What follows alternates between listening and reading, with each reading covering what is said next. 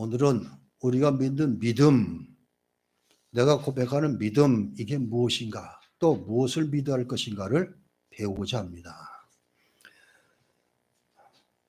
자, 믿지 않은 사람들이 와가지고 우리한테 당신들 도대체 뭘 믿습니까? 누구를 믿습니까?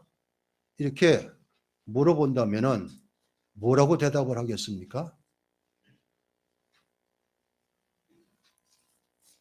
대부분 교회 밖의 사람들은 우리를 향해서 저들은 교회를 믿는 사람들 이렇게 이래요. 교회는 믿음의 대상은 아닙니다. 이곳에서 믿음을 갖게 하는 곳이지 교회를 믿는 것이 아닙니다. 자, 그러기 때문에 내가 뭘 믿는가, 누구를 믿는가 이걸 확실히 알아야 되는데 성경 전체를 통해서는 이것이 너무나 방대하기 때문에 오늘 이제 두 군데를 읽었습니다. 마태복음 16장 16절은 가이사랴 빌립보에서 주님께서 처음으로 제자들에게 세상 사람들이 나를 누구라 하느냐 물으시고, 그러면 너희들은 나를 누구라 하냐 그랬더니 베드로가 대뜸 주는 그리스도시요 하나님의 아들이십니다 고백을 했습니다. 이것이 베드로가 한 신앙 고백이라 이렇게 얘기를 합니다. 또 요한복음 20장에서는 도마가 부활하신 주님을 만난 후에 주님이시여 하나님이십니다 이렇게 고백을 합니다. 그리고 로마서 10장 10절은 우리가 마음으로 믿어 의에 이르고 입으로 시인해서 구원을 이룬다. 입으로 시인하는 것입니다. 나는 믿는 사람입니다. 늘 시인할 수 있는 여러분 되시기 바랍니다. 교회 다니는 것이 부끄러워서는 안 됩니다. 당당해야 됩니다. 이곳은 세상과는 다른 곳이고, 그리고 이 교회에 소속된 사람들은 세상 사람들과는 다른 사람들입니다. 그렇기 때문에 저는 교회들을 향해서 신자 원치 않습니다. 성도라고 그럽니다. 성도. 거룩한 사람들. 여러분 거룩한 사람들이라고 인정받으시기 바랍니다. 자, 이렇게 베드로가 했듯이 주는 그리스도시요 살아계신 하나님의 아들이십니다 이렇게 고백했는데, 바로 이 고백이 근간이 되어서 제 초대교회 예루살렘 교회부터 시작해서 교회가 많이 세워지기 시작했는데, 바울을 통해서 곳곳에 이제 세상 사람들이 교회를 향해서 물어볼 때 너희 뭘 믿느냐, 뭐라고 고백하느냐, 이런 것이 가르쳐야 될 필요가 있기 때문에 자연스럽게 AD 200년경에 사도 신조가 어떻게 나왔는지 모르지만 외우기 시작했습니다. 교회에 들어와서 받아들여서 예배 때마다 암송을 하고 우리는 이런 것을 믿고 이걸 고백합니다. 이것이 신앙 고백입니다. 자, 그렇기 때문에 우리는 예배 때마다 사도신경을 고백을 합니다. 그런데 사도신경을 고백을 하는데 과연 내가 믿는다 하는 그 고백 내용이 무엇이냐? 오늘 그걸 배우는 거예요. 근데 제가 이 니케아 신경은 한 3년 전에 했던 것 같은데 2년 전인가요? 다시 한번 해야 될 필요가 느껴가지고 다시 합니다. 좀 자세하게. 여러분들 제가 이 인물을 해왔는데 아마 적을 것 같습니다. 이 인물에 보면은 자 니케아 신경 해가지고 나와 있습니다.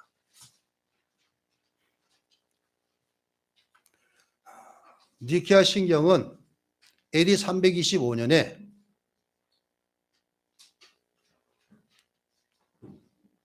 콘스탄티누스, 즉 콘스탄틴 대제라고 그러죠. 이분이 로마 제국국 동서로마를 다 통일한 다음에 황제가 되어서 본인 자신이 이 전쟁을 벌이면서 하나님께서 꿈에 보여줬던 십자가 마크를 하고 나가서 전쟁에 승리해가지고 동서로마 제국을 합쳐서 통일합니다. 그리고 나서 로마 제국 안에 있는 사람들 가만히 보니까 자, 우리는 가나 혼인잔치에 돌 항아리 6이 있다 그러는데 물을 넣는 것인데 왜 그런 관습이 있었는가 하면은 로마 제국 시대에는 얼마나 먹고 마시는 일이 저기를 했는지 술을 진탕 마시고 나서 토하고 나서 또 돌아서 마시고 이랬습니다. 그래서 항아리들이 그렇게 놓여 있었습니다. 이 콘스탄틴 대제가 황제가 가만히 로마 제국의 사람들 보니까 로마 군인들이나 시민들이나 이 사람들을 봐가지고는 희망이 없어요. 로마 제국이. 가만히 보니까 그리스도인들 보니까 정말 살아있는 거예요. 눈빛부터 다르고. 그래서 313년에 밀라노 칙령을 발표해가지고 로마 제국의 국교를 기독교로 선포합니다. 그래서 이제 기독교가 공식 성상으로 드러나게 됩니다. 그 전까지는 전부 지하에 들어가 있다가 나라에서 정식으로 우리나라의 종교는 기독교다 이렇게 선언을 했습니다. 이룬 다음에 시간이 얼마 지나지 않아갖고 이상한 일들이 벌어지게 합니다. 200여 년에 200년쯤에 사도 신조가 성경에 나와가지고 교회에서 사용하고 있었는데 이제 그걸 사용하는데 계속해서 신학자들이 하면서 의문을 제기하는 사람들이 생겨납니다. 이들은 대부분 이단으로 정죄받게 됩니다.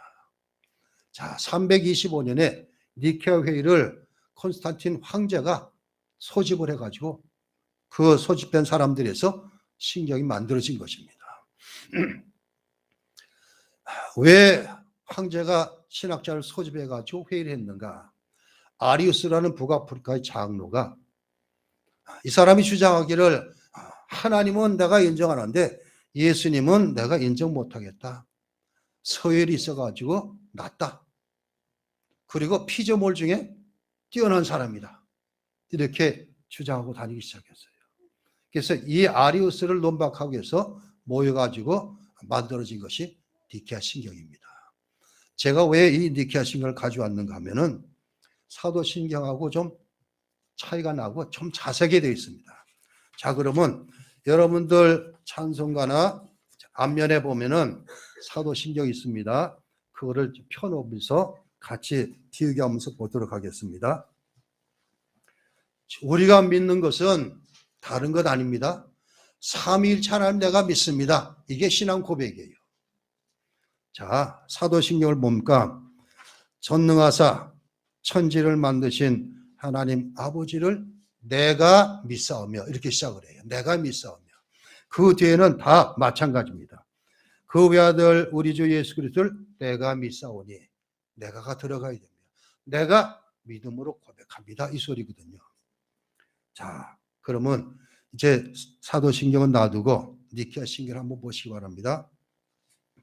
하나님을 믿는데 어떤 하나님을 믿는다고 고백하는가? 자, 같이 읽어봅니다. 하나님에 대해서 우리는 전능자이시며 하늘과 땅, 그 보이는 것과 보이지 않는 모든 것의 창조이신 유일하신 하나님 아버지를 믿노라 이랬습니다. 자, 하나님을 믿는데 어떤 하나님의 첫째는 전능자. 뭐예요?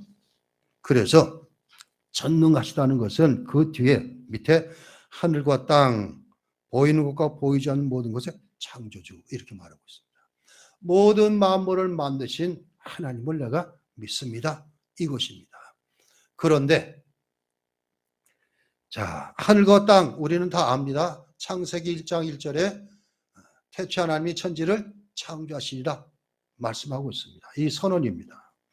그런데 그 뒤에서 보이는 것과 보이지 않는 것들, 보이는 것은 이 세상에 보이는 모든 것들 다 하나님께서 만드셨습니다. 그래서 시편에 보면 내가 만든 모든 것이 다 내 것이다. 성경 그렇게 선언하고 있습니다. 자, 그런데 보이지 않는 것들도 만드셨대요. 보이지 않는 것들 뭘까요? 자, 보이지 않는 것들 하면은 하나님께서 만드신 창조물 가운데 천사가 들어가요. 또 하나는 악한 영들 사탄이 들어갑니다. 보이지 않습니다, 이들은. 그리고 우리 속에 있는 영혼도 안 보입니다. 이게 하나님께서 다 만드신 거예요. 하나님께서 우리를 사람을 만드실 때 흙으로 빚으셔서 사람을 만드신 다음에 그 코에 생기를 불어넣었더니 생명이 되었다. 살아있는 영이 되었다. 이렇게 말해주고 있습니다. 자, 그러니까 하나님께서 만드신 창조물들은 모든 것 다. 그런데 오늘날에는 보이는 것은 우리가 믿지만 보이지 않는 것은 잘 안 믿으려고 그래요. 성경은 하나님도 안 보신다 그랬어요. 하나님이 영이시니 예배하는 자가 영과 진리로 예배할 것이다. 요한복음 4장에 말했듯이 하나님께서는 안 보이시기 때문에 대부분 믿지 않는 사람 보면은 하나님이 믿는다 그러는데 나한테 보여줘라. 보여줘봐. 그럼 내가 믿겠다 그래요. 근데 하나님 보이지 않는 분이십니다.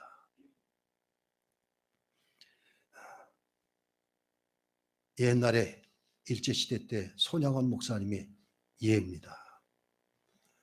순교경들에게 붙잡혀 가가지고 치료를 받으면서 손양원 목사님은 이제 손자 형사들이 야, 너 예수쟁이라며 하나님이 있는 거 보여주면 나도 인정하겠다. 하나님이 어디 있냐? 보여줘. 그랬더니 손양원 목사님이 여수 쪽에 계셨잖아요. 그래서 그 형사한테 묻습니다. 당신은 경성 있는 걸 믿습니까? 그랬더니 믿는데요. 근데 보이지 않았는데 어떻게 믿냐고. 나는 하나님께서 우리를 만드시고 천국에 계신 것을 내가 인정하기 때문에 나는 믿는다. 그거나 똑같다. 이렇게 답변했다 그럽니다. 자, 바로 마찬가지예요. 눈에 보이지 않는다고 우리는 보이는 것만 믿고 보이지 않는 것은 대충 흘려보낼 수가 있는데, 자, 왜 제가 이 말씀을 하는가 하면, 자, 그 뒤에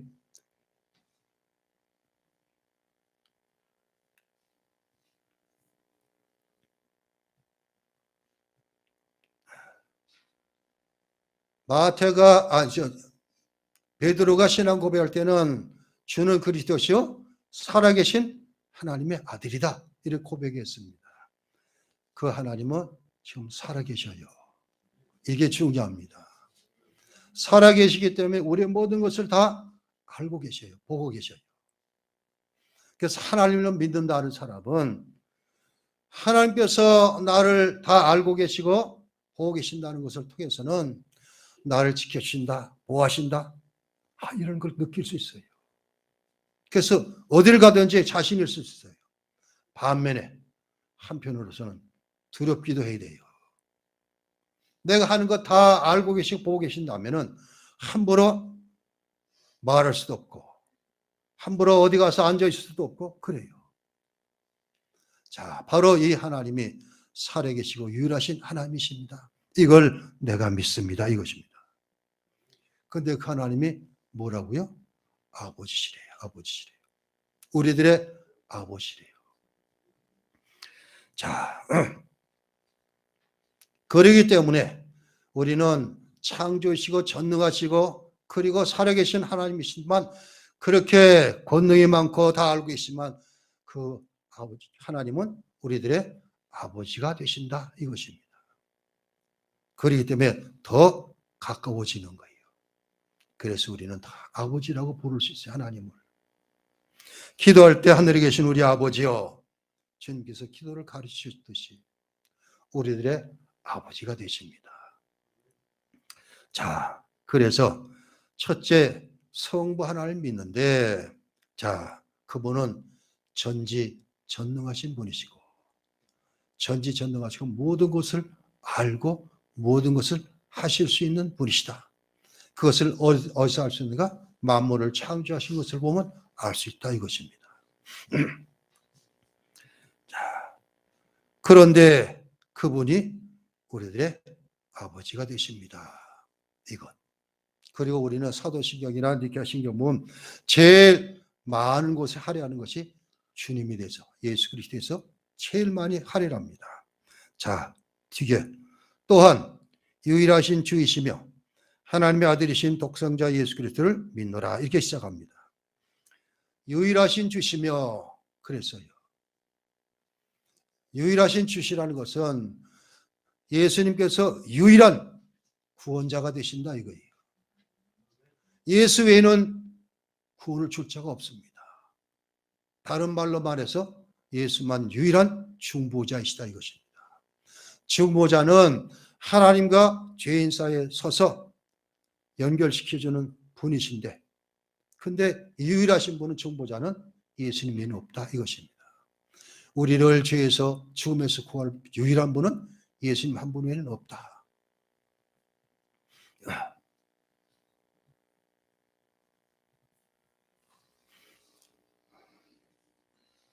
자, 성경 한번 찾아봅니다. 요한복음 14장 6절. 여러분이 잘 아시는 것이지만 요한복음 14장 6절.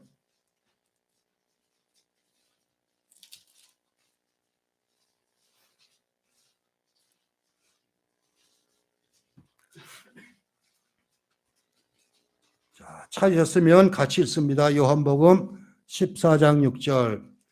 같이 예수께서 이르시되 내가 곧 길이요 진리요 생명이니 나로 말미암지 않고는 아버지께로 올 자가 없느니라 이랬어요. 예수님을 통하지 않고 절대 천국에 갈 수 없습니다.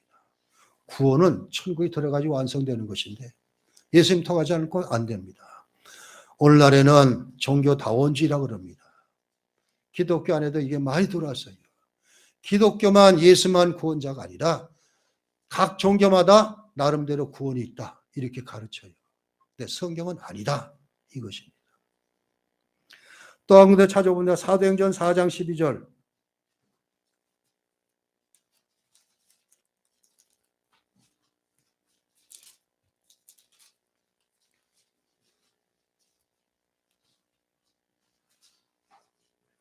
사도행전 4장 12절입니다.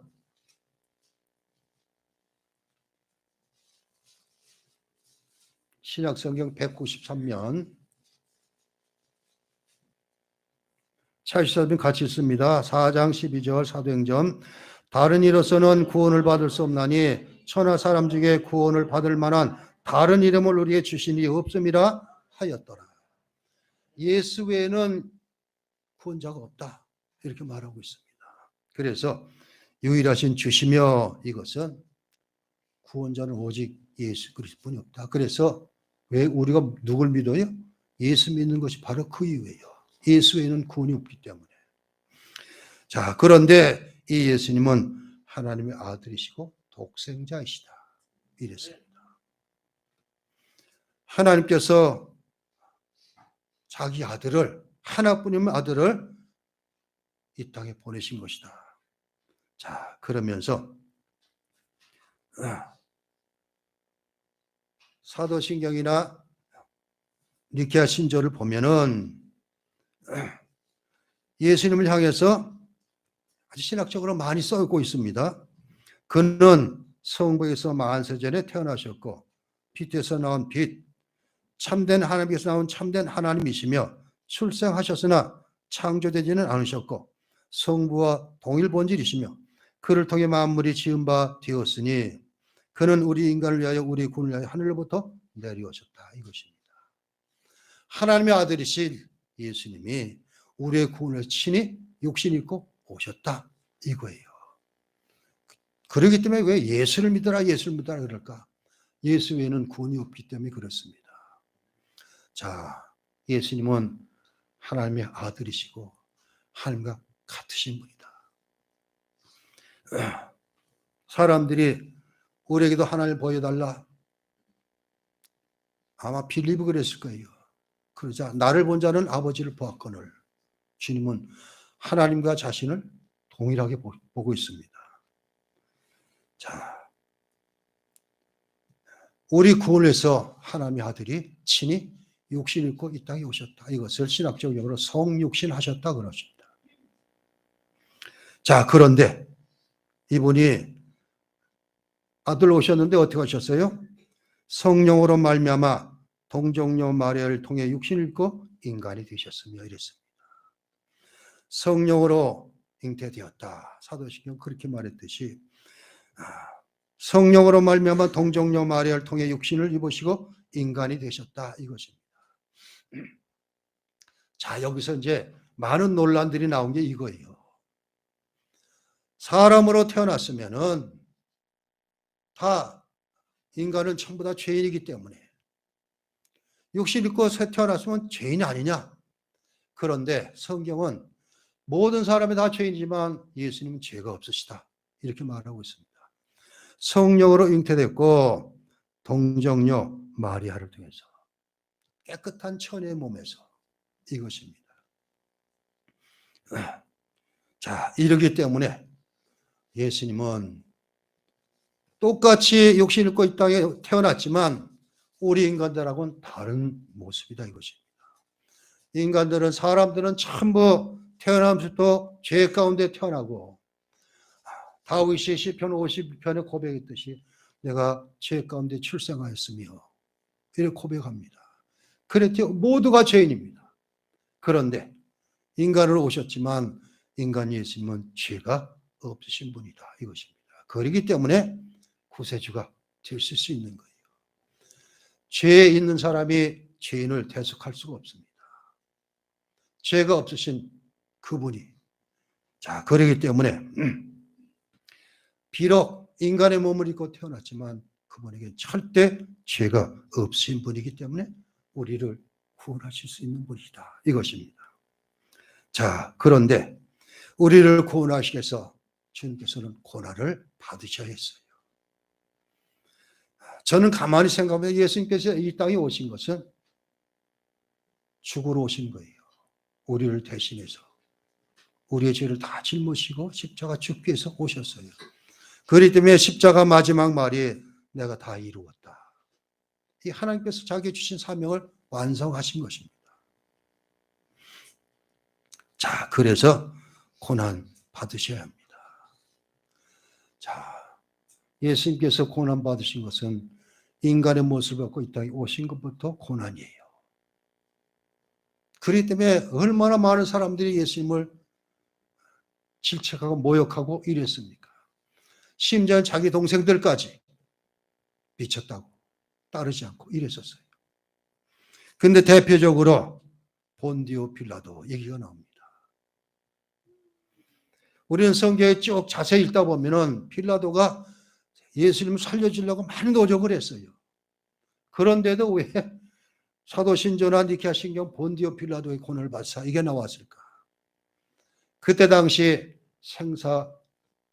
생사권을 가지고 있는 사람은 빌라도뿐이 없었기 때문에 대표적으로 빌라도가 대표로 죄인의 모습을 쓰고 있습니다. 자, 이 땅에 오신 것도 고난이고 사신 것도 고난이고 그리고 많은 사람들에게 고난 받으시고 결국은 잡히시고 얻어맞고 찢기시고 그리고 십자가 지셨습니다. 그런데 이 예수께서 고난 받으시고 십자가에 죽으신 것이 우리의 죄를 해결해 주시는 것입니다. 다른 말로 말해서 사도 바울은 로마서에서 이걸 너무나 자세하게 얘기를 하고 있습니다. 한 사람이 순종하지 아니하므로 즉 아담이 순종하지 않으므로 모든 죄가 인간에게 들어왔는데 한 사람의 순종으로 의인이 되었다. 이렇게 소개하고 있습니다. 예수님 때문에 우리가 의롭다고 인정받는 것입니다. 이것을 신학적 용어로 칭의 이렇게 얘기를 합니다. 우리가 의인이 됐다는 것이 아니라 의롭다고 인정해 주시겠다 말합니다. 그래서 개혁자 루터는 그렇게 합니다. 우리는 의인인 동시에 죄인이다. 그렇게 얘기를 하고 있습니다. 자, 이렇게 해서 십자가에서 죄 문제가 해결됐어요. 즉 우리의 죄짐을 다 짊어지고 주님이 대신 죽으셨어요. 자, 그런 다음에 주님은 어떻게 하셨어요? 성경대로 사흘 만에 다시 살아나셨다. 이것입니다. 하나님께서 성경에 쓰인 대로 사흘 만에 부활하셨어요. 그래서 죄의 결과는 죽음인데 죄 문제가 해결됐더니 그것을 우리에게 전가해 주시고 그 해결됐더니 우리에게 다시 살 수 있는 영생을 주신 거예요. 부활하심으로 말미암아 우리 죽음 문제를 해결해 주셨어요. 십자가를 통해서는 죄 문제가 해결됐고 부활하심으로 영생, 죽음 문제가 해결됐습니다. 그랬더니 우리는 이 땅에 두 번 태어나고 한 번 죽습니다. 믿는 사람들은. 육신적으로 태어난 것이 있고 믿음으로 새로 태어난 중생이 있습니다. 그리고 우리는 한 번 죽으면 천국으로 들어갑니다.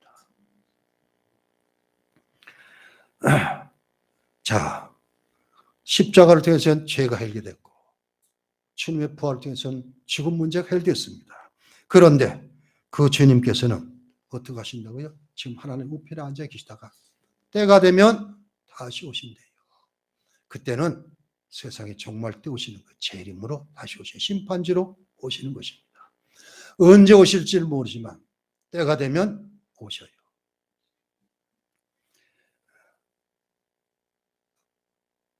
1992년 10월 28일 시한부 종말론자들 휴고 주장했던 사람들 있잖아요. 그때 신학교 다닐 때 이거를 오신다 안 오신다 이 결정하는 아니래요. 차영배 교수가 그때 며칠 날 오신다 그것도 잘못된 것이고 안 오신다 그것도 잘못된 것이래요. 혹시 올지도 모르니까. 우리는 모르니까. 때가 되면 우리를 완전한 구원으로 인도하시기 위해서 천국으로 들이시기 위해서 다시 오셔요. 자, 그래서 그때 요한복음에서는 뭐라고 하니까 죄인들은 즉 믿지 않는 사람은 영벌의 부활로 우리는 영생의 부활로 나온다 소개하고 있습니다. 자, 그러면서 세 번째는 성령 하나님. 또한 주이시며 생명을 주신 분이신 성령을 믿습니다. 이것입니다. 성령은 성부와 성자에게서 나오신 자로 성부 성자께 경배와 영광을 받으실 분이시며 선지자를 통해서 말씀하신 분이다. 이것입니다. 자, 성부 하나님은 우리를 구원하셔서 창세전에 다 계획해 놓으셨습니다. 누구는 구원이고 누구는 지옥이고 천국이 지옥이고 다 계산 다 정해져 있습니다. 그렇게 구원을 계획해 놓으셨고 성자 예수님은 그 구원을 십자가에서 완성하셨습니다. 성령 하나님은 그 구원이 우리 것이 되도록 인도하셔요. 이게 우리가 예수를 나의 구주, 예수님 때문에 내가 죄 문제, 죽음 문제 해결했습니다. 이제부터 내가 예수를 정말 믿겠습니다. 이럴 때 성령께서 우리 속에 오셔요. 그래서 우리를 인도하십니다. 여러분 속에 성령 하나님이 계셔요. 각자에게.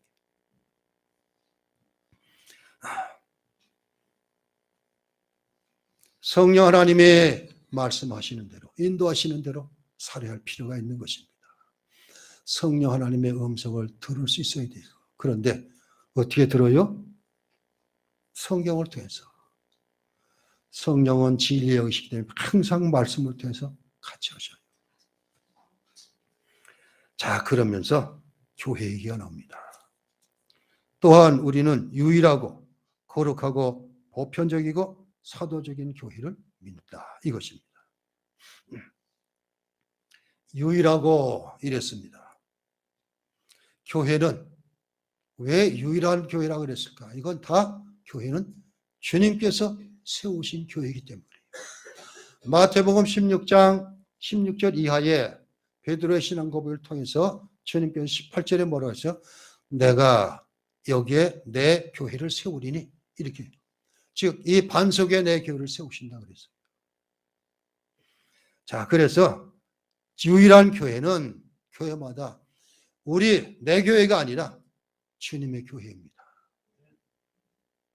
교회의 주인은 예수님이십니다. 이게 유일한 교회이다. 그리고 거룩한 교회다. 교회가 거룩한 곳입니다. 자, 어떤 분들은 그래요. 구약에서는 성전, 선전 그랬지만 신약에서는 그걸 버려야 된다. 신약에서는 교회이기 때문에 얘기를 합니다.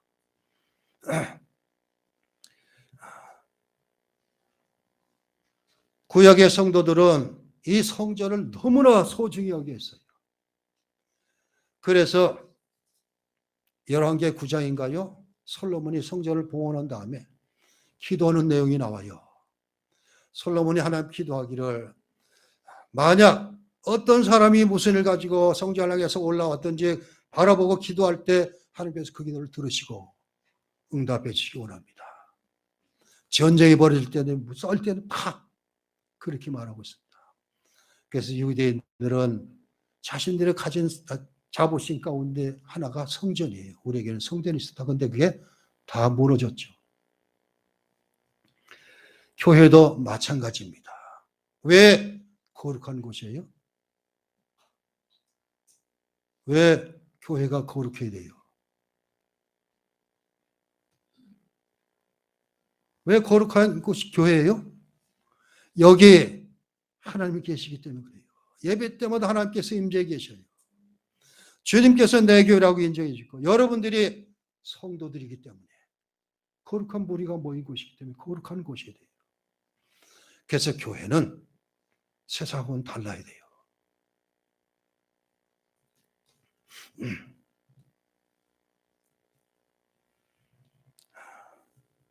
고린도서에 보면은 사도 바울이 우리 몸이 하나님의 성령이 거하시는 전인 줄 알지 못하느냐.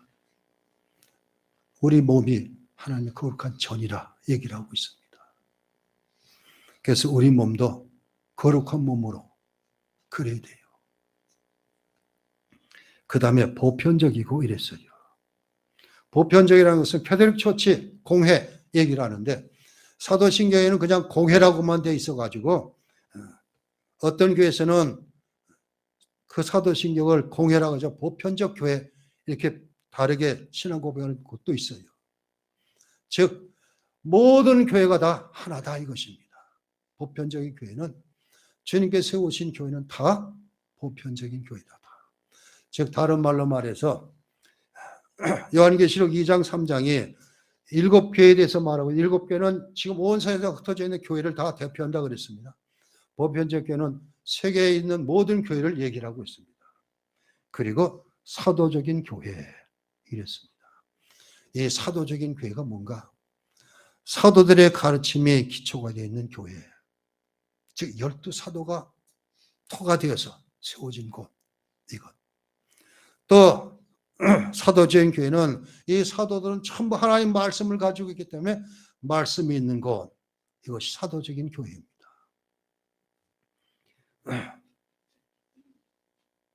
자, 뒤에 죄 사함을 위한 한 번의 세례를 인정하며 이랬습니다. 세례는 한 번이면 돼요.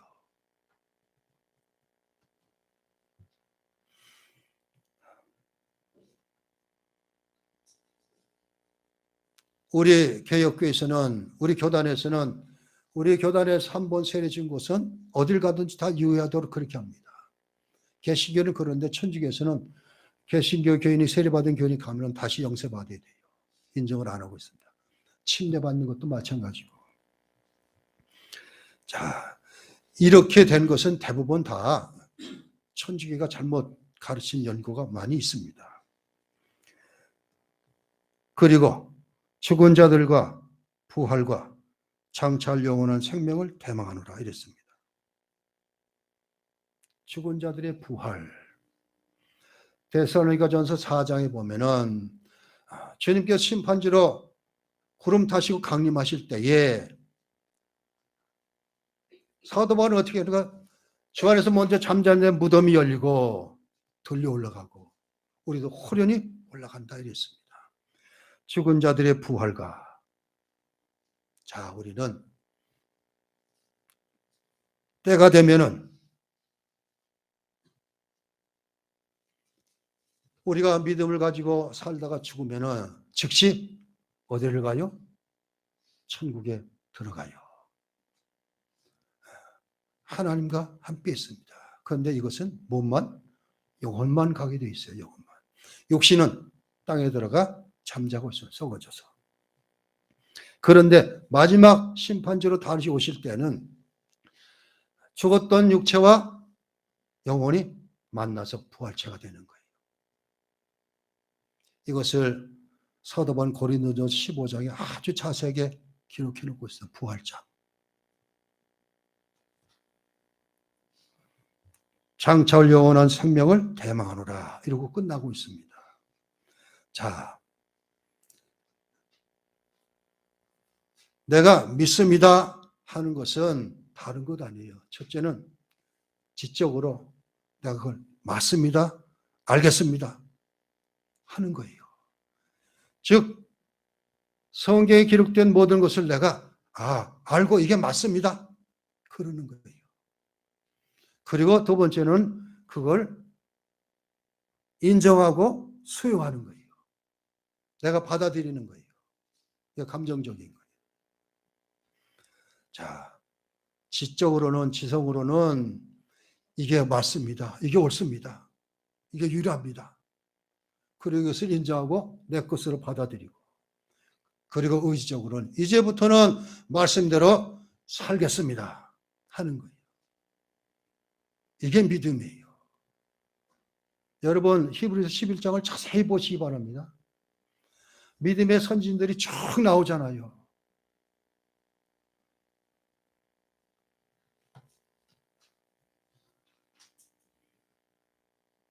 아빌부터 시작해가지고 얼마나 많은 믿음의 선진이 나오는지 몰라요.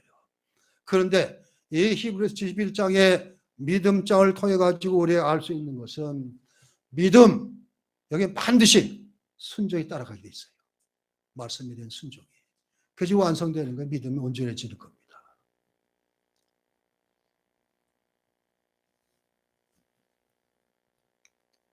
아브라함에 대해서는 참 길게 할애하고 있습니다. 11장은. 그런데 소개할 때 뭐랬어요? 갈 바를 알지 못하고 가는 대로 그냥 갔다. 이렇게 소개하고 있어요. 그래서 내가 믿습니다 하면 반드시 말씀에 대한 순종으로 이어져야 돼요. 그것이 온전한 믿음입니다. 그러다 보면 꼭 우리가 뭘 해야 되는 거 아닙니까? 공로주의가 나와요. 내가 해야 되만. 그런데 믿음도 하나님께 주신 것이고 순종도 성령께서 나를 주장하시다면 하지 내가 하는 것 아닙니다. 믿음을 가지고 구원받은 사람은 자연히 하게 돼 있어요. 야고보서에서 야고보는 행함이 없는 믿음은 죽은 것이라 이렇게 선언하고 있습니다. 이걸 보고서 행함이 없는 믿음은 죽은 것이라는데 뭐 필요했느냐? 이건 잘못 이해한 것입니다. 야고보가 얘기한 것은 믿음을 가지고 구원받은 사람은 당연히 행함으로 이어진다. 이걸 가르치기 위한 것입니다. 자, 우리가 뭘 믿는가? 뭘 고백하는가? 내가 성부 하나님 믿습니다. 그분은 살아계시고 창조시고 우리의 주인이 되십니다. 성자 예수님을 내가 믿습니다. 그분은 하나님의 아들이시고 육신을 입고 이 땅에 있지만 죄는 없으신 분이고 우리를 구원하여 십자가 고난을 받으신 분이시고 그리고 그분은 다시 부활하셔서 죄와 죽음을 우리에게 선물로 주신 분이시고 때가 되면 심판주로 다시 오실 것을 내가 믿습니다. 그 성령과 교회는 바로 성령 하나님은 우리 속에 계시면서 말씀을 태우실 깨우고 믿음으로 살기를 위해서 함께 인도하시는 분이시다. 그런데 이 일을 다 어디서 통해서 하시는가? 교회를 통해서 하신다 이것입니다. 그래서 교회가 세워진 것은 그냥 세워진 것이 아닙니다. 이 일 때문에 성부 하나님의 구원의 계획과 성자 예수님의 구원의 완성과 성령 하나님의 구원에 내게 적용되는 이 모든 것을 어디를 통해서? 교회를 통해서. 개혁자들은 교회 밖에는 구원이 없다 하는 것도 다른 말이 아닙니다. 많은 무교회주의자들이 나와요. 대부분 선교단체들이 그래요. 교회 필요 없다. 말씀대로만 살면 되지. 아니에요. 왜 이 땅에 이 많은 교회들이 세워질까? 이건 다 하나님께서, 주님께서 계획하신 것. 교회를 통해서 모든 것이 이루어집니다. 여러분들의 교회 생활을 통해서 점점 거룩함으로 나아가게 됩니다. 내가 하나님의 자녀인 것을 확신하게 되고 이게 다 말씀을 통해서 이루어지는 거예요. 우리 겨자치교회 성도들, 오늘 나온 여러분들 다 나는 이 세 가지를 믿습니다. 그런데 이 세 가지는 어디서 우리를 다 자라게 할까? 교회를 통해서, 말씀을 통해서 이루어진다. 기도하겠습니다. 하나님 감사합니다. 우리가 마음으로 믿어 의에 이르고 입으로 신하여 구원에 이른다는 사도 바울의 말씀을 가지고 우리가 늘 내 믿음을 입술로 신하는 우리들 되기를 원합니다. 어디를 가든지 나는 하나님의 자녀이고 예수 믿는 사람이고 교회에 속한 지체이고 이것을 자신 있게 얘기할 수 있는 우리들 되게 해주셔서 반면에 하나님이 지금도 살아계신다는 것을 깨닫고 두렵고 떨림으로 우리의 구원을 이루는 우리를 되게 해주시고 특히 이 모든 일들을 우리에게 심어주는 것이 교회인 것을 깨닫고 교회를 통해서 신앙생활할 수 있는 우리 모두 되게 해주시고 교회를 통해서 말씀으로 하나님의 거룩한 사람으로 성장해 나갈 수 있는 신의 성품에 참여하는 우리 모두 되게 해 주옵소서.